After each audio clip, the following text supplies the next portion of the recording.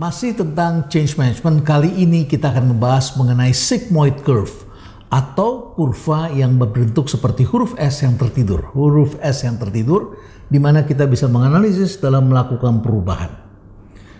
Huruf S itu menandakan bahwa segala sesuatu di muka bumi ini, apakah dia perusahaan, apakah pemerintah daerah, provinsi, negara, kabupaten, kecamatan, atau industri, atau barangkali sebuah negara. Semuanya melewati tahapan-tahapan seperti berbentuk huruf S yang tidur ini. Inilah sebuah siklus. Dan siklus itu bisa bergerak naik. Suatu ketika akan mencapai puncaknya. Dan setelah puncak dia akan turun ke bawah. Menjadi pertanyaan di mana kita melakukan perubahan dan apa masalahnya ketika kita melakukan perubahan. Saya akan mulai dengan sebuah cerita yang saya alami di Kalimantan Timur. Sebuah provinsi yang dikenal sebagai lumbung energi Indonesia. Bagaimana tidak menjadi lumbung? Di daerah itu selain ada minyak dan gas yang luar biasa, sehingga Pertamina dan hampir semua perusahaan minyak asing yang besar-besar, bahkan perusahaan gas asing, berduyun-duyun datang ke sana. Di Balikpapan, Anda akan menyaksikan di situ ada banyak orang-orang asing yang datang dari mancanegara, menjadikan Balikpapan sebuah metropolitan yang luar biasa. Dan juga kalau Anda pergi ke daerah pedalaman, dulu daerah tersebut dikenal sebagai daerah penghasil kayu. Tapi kayu pergi, rakyat tidak dapat apa-apa. Yang didapat adalah hutan yang sudah mulai gundul. Setelah kayu, kemudian masyarakat melihat selain minyak dan gas, masyarakat mendapatkan limpahan kekayaan alam lain, yaitu batu bara. Tetapi kita ketahui batu bara sekarang eranya telah berakhir. Dan kalau Anda naik pesawat dari udara, Anda akan menyaksikan di bawah hutan-hutan itu tidak hanya gundul, tetapi juga telah dikorek begitu dalam. Di bawahnya kita menyaksikan begitu banyak danau. Ada yang airnya begitu jelas biru, tandanya dia mungkin agak dalam. Tetapi juga ada yang berwarna kecoklatan. Dan itu tidak ditutup, tidak ada proses reklamasi sama sekali. Provinsi itu adalah provinsi lumbung energi, kaya dengan energi. Tetapi apa yang terjadi? Yang terjadi di daerah tersebut justru mengalami defisit energi. Defisit dalam arti kata listrik tidak berkembang dengan baik. Masyarakat di rumah-rumah tidak mendapatkan listrik dengan baik. Bahkan listrik kalau sudah lewat jam 6 malam banyak daerah yang listriknya mati. Bahkan ada pula di daerah pedalaman tertentu yang listriknya tidak sampai ke sana. Maka inilah yang menjadi keprihatinan Gubernur Kalimantan Timur, Awang Faruk Iksak. Gubernur Awang Faruk sadar betul bahwa rakyatnya harus diajak berbicara. Maka ia mengundang seluruh lapisan masyarakat. Yang pertama, sebelum dilakukan pemilihan umum, sehingga semua calon legislatif dia undang. Dia berikan perspektif. Nanti kalau kalian terpilih sebagai wakil rakyat, kalian tahu apa yang sedang saya pikirkan dan akan saya jalankan. Saudara sekalian, kalau kita bicara perubahan, maka tahapan dalam kurva S tadi bisa dilakukan dalam banyak titik di sini. Ada yang memilih ketika, katakanlah di Kalimantan Timur, titiknya sudah berada di bawah. Titik yang luar biasa, jauh ke bawah, artinya Kaltim sudah tidak punya apa-apa lagi. Di titik yang paling bawah ini, kita tidak menyebutnya manajemen perubahan. Kita menyebutnya sebagai manajemen krisis. Kenapa? Karena pada tahapan itu sesungguhnya kita sudah tidak punya apa-apa lagi. Kita tidak mempunyai uang yang cukup, kita tidak mempunyai SDM yang masih mau bersama kita. SDM yang bagus sudah pasti menjadi rebutan bagi semua perusahaan-perusahaan kelas dunia. Jadi kita sudah ditinggalkan oleh mereka. Ketika mereka tahu bahwa kita sudah tidak memiliki kemampuan apa-apa, maka satu persatu pun menyeberang menggunakan skoci meninggalkan kapal induk. Selain SDM, uang sudah tidak ada, juga teknologi tidak ada, reputasi, segala hal sudah tidak kita punya lagi. Bahkan aset pun sudah tidak ada.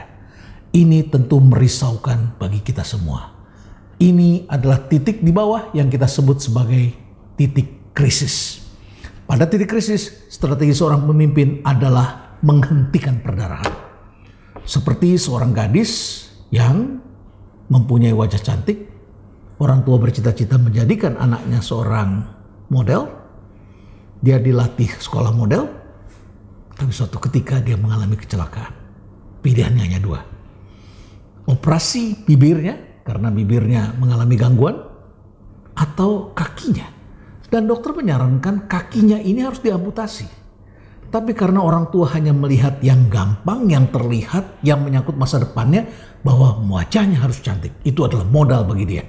Maka orang tua seringkali mengatakan, bibirnya saja dok, kakinya biarkan saja. Padahal dokter mengatakan, kalau kakinya harus diamputasi, kalau tidak diamputasi, anak ini tidak mempunyai masa depan lagi. Walaupun mukanya tetap cantik, dia tidak memiliki masa depan. Itulah stop the bleeding. Dokter mewajibkan kita menghentikan perdarahan sebelum melakukan operasi yang lebih penting lagi. Stop the bleeding, stop perdarahan. Dalam perusahaan, kondisinya adalah perusahaan sudah tidak punya uang lagi. Cash in and out, gapnya sudah demikian besar. Yang membuat perusahaan hidup adalah cash flow. Itu adalah aliran darah, bukan profit atau loss. Profit atau loss atau kerugian itu dinyatakan lewat pembukuan dengan menggunakan tenaga accounting, dan mereka kemudian memberikan saran-saran, memberikan masukan, kemudian kita hitung. Dan di situ adalah laba rugi secara accounting. Tetapi mati hidupnya perusahaan adalah ada uang yang masuk, ada uang yang keluar. Artinya uang yang masuk harus lebih banyak daripada uang yang keluar. Nah, kalau krisis terjadi perdarahan, artinya yang keluar itu jauh lebih banyak daripada yang masuk. Tidak banyak perusahaan yang menyadari bahwa rugi bertahun-tahun dapat mengakibatkan perusahaan mengalami bleeding. Di pemerintahan Kaltim, kalau kondisi ini bertahun-tahun terus dilakukan dan orang mendiamkan, maka Kaltim akan masuk ke tahapan yang kita sebut krisis. Dan krisis itu tentu saja bukan saat yang tepat untuk melakukan perubahan. Awang Faruk sadar persis terhadap kejadian itu dan dia mengerti sigmoid curve. Maka yang dilakukan oleh Awang Faruk adalah melakukan perubahan sebelum kondisinya jauh ke bawah. Kaltim masih mempunyai uang yang cukup besar. Bagi hasilnya lumayan, walaupun bagi hasilnya kalah besar dengan daerah-daerah otonomi khusus.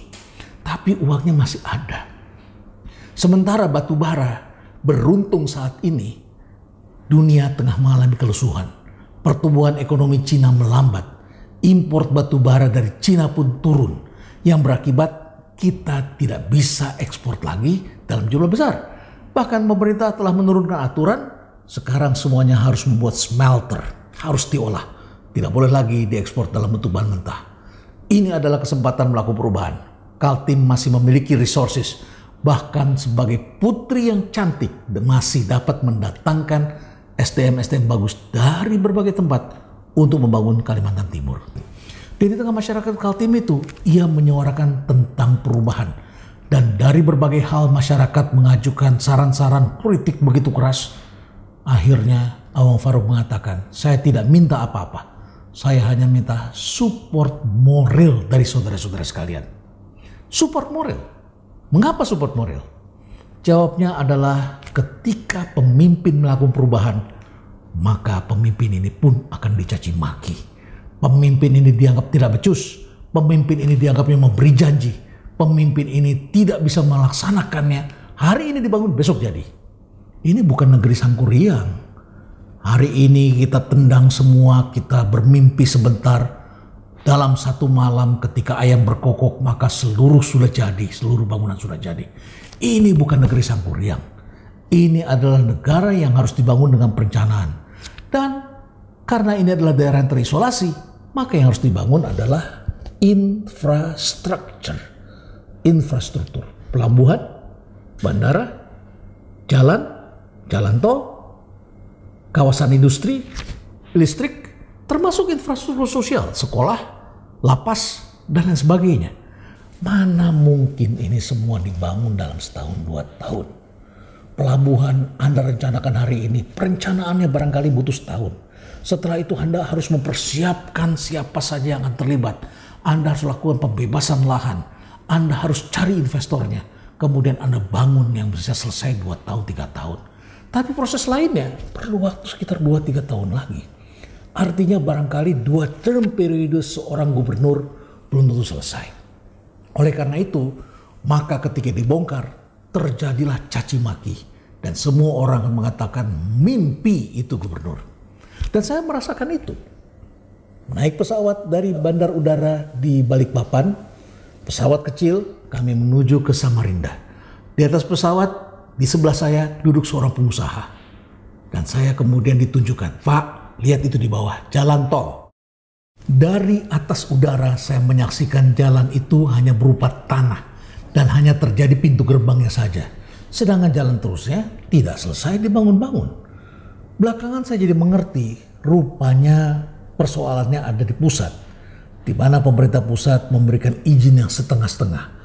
Masalah perizinan yang bertele-tele memerlukan waktu penyelesaian bertahun-tahun. Sementara masyarakat di sana mengatakan jalan untuk maling kayu diberikan, tapi jalan untuk membangun jalan tol tidak diberikan. Padahal itu berada berdampingan. Dan akibatnya masyarakat atau pengusaha yang saya temui di pesawat mengatakan ini proyek mimpi Pak Gubernur. Artinya ada harapan tetapi tidak ada penyelesaian. Demikianlah ketika orang melakukan perubahan, dia harus siap untuk menghadapi cacian dari masyarakatnya. Masyarakat yang tidak sabar, masyarakat yang ingin segera mendapatkan hasil, masyarakat yang beranggapan ini jalan tak berujung. Demikianlah di Indonesia. Ketika seseorang membangun infrastruktur, alamak, ini begitu menyakitkan. Yang berakibat sekarang kita saksikan. Teman saya, Saudara Faisal Basri, bahkan pernah mengatakan, di Indonesia ternyata jeruk mandarin harganya jauh lebih murah daripada harga jeruk beras tagi. Padahal di kampungnya, di Sumatera Utara, harga jeruk beras tagi begitu murah. Tetapi tidak bisa dijual di ibu kota dan di kota-kota lain dengan harga yang murah. Dan akibatnya tidak bisa bersaing. Karena ongkos transportasinya begitu mahal. Kenapa transportasinya begitu mahal? Karena infrastrukturnya buruk. Karena pelabuhannya tidak dibangun. Lautnya bukan laut dalam yang dibangun pelabuhannya. Kemudian mengakibatkan dermaganya juga kecil-kecil. Yang berakibat kapal-kapal besar dengan jumlah kontainer yang besar tidak bisa merapat dengan baik. Dan akibatnya kapal untuk bongkar muat membutuhkan waktu yang sangat lama. Ini baru di bagian Indonesia Barat. Bagaimana di Indonesia Timur? Makin ke timur, makin sedikit infrastruktur yang memadai. Oleh karena itu maka membongkar infrastruktur adalah sebuah pekerjaan besar seorang pemimpin. Ia menjadi tidak populer, ia akan ditertawakan. Dan kalau kita mengharapkan perubahan, kita hanya bisa berharap adanya support moral dari masyarakat. Dan ini tidak mudah. Apalagi Anda melakukan apa yang disebut dengan rembuk rakyat. 2 kali saya mengikutinya. Dan saya menyaksikan rakyat semakin lantang atas nama demokrasi untuk mencaci maki pemimpinnya. Itu adalah situasi di mana kita melakukan perubahan dalam sigmoid curve ketika kita berada pada titik di masih agak atas sedikit. Bukan di bawah. Di bawah ini kita menyebutnya sebagai krisis. Di tengah-tengah agak ke atas sudah agak turun. Tetapi kita masih mempunyai sumber daya yang memadai lah. Ini kita sebutnya turn around. Maka judul buku saya yang saya tulis tahun 2005, di sini judul besar adalah Change. Tetapi di bawahnya ada kalimat, tak peduli berapa jauh jalan salah yang Anda jalani, putar arah sekarang juga. Now, putar arah. Dan pada titik itu kita harus melakukan turn around, balik. Sebelum itu menjadi titik yang terendah.